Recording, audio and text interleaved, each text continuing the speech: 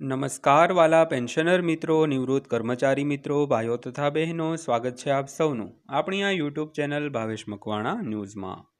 તો પેન્શનર મિત્રો, આજના વિડીયોની અંદર આપણે જોવાના છીએ નિવૃત્ત પેન્શનરોના માસિક પેન્શનના તફાવતને લઈને આજરોજ તારીખ 30/5/2026ની સાંજે જ કરવામાં આવી છે એક અગત્યની જાહેરાત। તો પેન્શનર મિત્રો, શું છે આ અગત્યની જાહેરાત તે જાણવા માટે આજના વિડીયોમાં તમે અંત સુધી બન્યા રહેજો। અને હજી સુધી જો આપણી આ ચેનલ તમે સબસ્ક્રાઇબ ન કરી હોય અને જો તમે એક ગવર્મેન્ટ પેન્શનર હો, નિવૃત્ત કર્મચારી હો, તો આપણી આ ચેનલ અત્યારે સબસ્ક્રાઇબ કરી લેજો, કારણ કે તમારા માટે જે રોજે રોજની ઉપયોગી માહિતીઓ હોય તે એકદમ સરળ ભાષામાં અને વિગતવાર સમજૂતી આપણે મેળવતા હોઈએ છીએ। તો પેન્શનર મિત્રો, આવા વિડીયો બનાવવા માટે અમે ખૂબ મહેનત કરીએ છીએ, તો અમારા વિડીયોને તમે લાઈક કરજો અને ચેનલને સબસ્ક્રાઇબ કરજો, જેથી કરીને અમને પણ થોડુંક પ્રોત્સાહન અને થોડુંક મોટિવેશન મળતું રહે। તો શરૂ કરીએ આજનો આ વિડીયો। તો આજે આપણે એક એવા વિષય પર વાત કરવા જઈ રહ્યા છીએ જે લાખો નિવૃત્ત કર્મચારીઓ અને તેમના પરિવારોના જીવન સાથે સીધો સંબંધ ધરાવે છે। તો આ વિષય છે પેન્શનરોનું માસિક પેન્શન અને તેની વર્તમાન સ્થિતિ। તો પેન્શન એ એક માત્ર રકમ નથી, પરંતુ નિવૃત્તિ પછીની આર્થિક સુરક્ષાનું મુખ્ય સાધન છે। તો વ્યક્તિ વર્ષો સુધી સરકારી કે ખાનગી ક્ષેત્રમાં સેવા આપે છે અને નિવૃત્તિ બાદ પોતાના જીવન નિર્વાહ માટે પેન્શન પર આધાર રાખે છે। તો ખાસ કરીને પેન્શન એ દરેક પેન્શનર માટે એક માત્ર રકમ નથી, પરંતુ જે આજીવન એણે સેવા આપેલી હોય અને વર્ષો સુધી સરકારી કે ખાનગી ક્ષેત્રમાં પોતે ફરજ બજાવી હોય અને નિવૃત્તિ બાદ પોતાના જીવન નિર્વાહ માટે પેન્શન પર આધાર રાખતા હોય છે। તો મિત્રો, આજના સમયમાં મોંઘવારી સતત વધી રહી છે। દવાઓ, આરોગ્ય સેવાઓ, ખાદ્ય સામગ્રી અને દૈનિક જરૂરિયાતોની વસ્તુઓના ભાવમાં સતત વધારો થઈ રહ્યો છે। તો આવી સ્થિતિમાં ઘણા પેન્શનરોનું મળતું માસિક પેન્શન તેમના ખર્ચ સામે પૂરતું સાબિત થતું નથી। તો ઘણા પેન્શનરો વર્ષોથી માંગ કરી રહ્યા છે કે પેન્શનમાં સમયાંતરે વધારો કરવામાં આવે અને મોંઘવારી ભથ્થા સાથે તેને જોડવામાં આવે, કારણ કે નિવૃત્તિ પછી મોટા ભાગના લોકો પાસે આવકનું કોઈ બીજું સાધન હોતું નથી।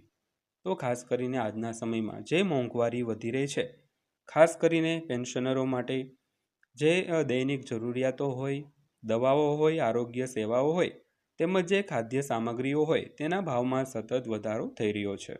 તો આવી સ્થિતિમાં ઘણા પેન્શનરોને મળતું માસિક પેન્શન તેમના ખર્ચ સામે પૂરતું સાબિત થતું નથી।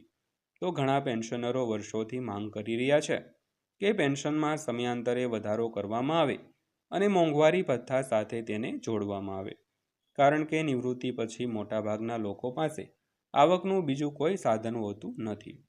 તો સરકાર દ્વારા વિવિધ સમયગાળામાં પેન્શનરોને રાહત આપવા માટે અનેક પગલાં લેવામાં આવ્યા છે।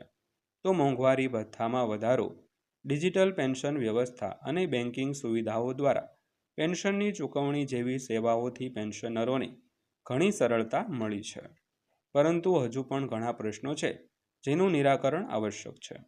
તો ખાસ કરીને ઓછું પેન્શન મેળવનારા વૃદ્ધ નાગરિકો માટે જીવન નિર્વાહ કરવું ખૂબ મુશ્કેલ બની રહ્યું છે। તો આરોગ્ય સંબંધિત ખર્ચ જે વધતા જતા તેમની આર્થિક સ્થિતિ પર વધુ ભાર પડે છે પેન્શનર મિત્રો। તો ત્યારબાદ વાત કરીએ તો આજની પેન્શનરો આપણા એક સમાજનો મહત્વપૂર્ણ વર્ગ છે। તો તેમણે પોતાના જીવનના શ્રેષ્ઠ વર્ષો દેશ અને સમાજની સેવા માટે સમર્પિત કર્યા છે। તેથી તેમની આર્થિક સુરક્ષા અને સન્માનપૂર્ણ જીવન સુનિશ્ચિત કરવું આપણી સૌની જવાબદારી છે। તો આવતા સમયમાં એવી આશા રાખી શકાય કે સરકાર અને સંબંધિત સંસ્થાઓ પેન્શનરોની સમસ્યાઓને ધ્યાનમાં લઈને વધુ સકારાત્મક નિર્ણયો લેશે।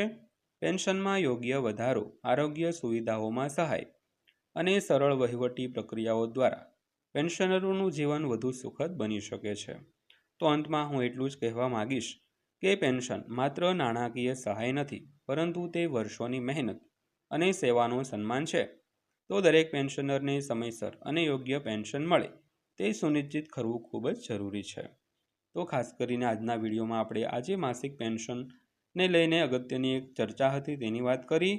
તો સમાજમાં પેન્શનરો એક એવો વર્ગ છે જે પોતાના અનમોલ વર્ષો હોય, એટલે કે પોતાની જે યુવાનીના વર્ષો હોય તે ખાસ કરીને પોતાની જે સમાજની અને દેશની સેવા માટે સમર્પિત કર્યા હોય અને તેને અંતે જો યોગ્ય પેન્શન ન મળે તો તેઓ ખૂબ નિરાશ થતા હોય છે. તો પેન્શનર મિત્રો, આ હતી આજની માહિતી પસંદ આવી હોય, વિડીયો સારો લાગ્યો હોય તો વિડીયોને એક લાઇક કરજો અને આવા જ વિડીયો રોજે રોજ જોવા માટે આપણી આ ચેનલ સબસ્ક્રાઈબ કરી લેજો. તો ફરીવાર પાછા મળીશું એક નવા વિડીયો સાથે, નવી માહિતી સાથે. ત્યાં સુધી સૌને જય હિન્દ, વંદે માતરમ.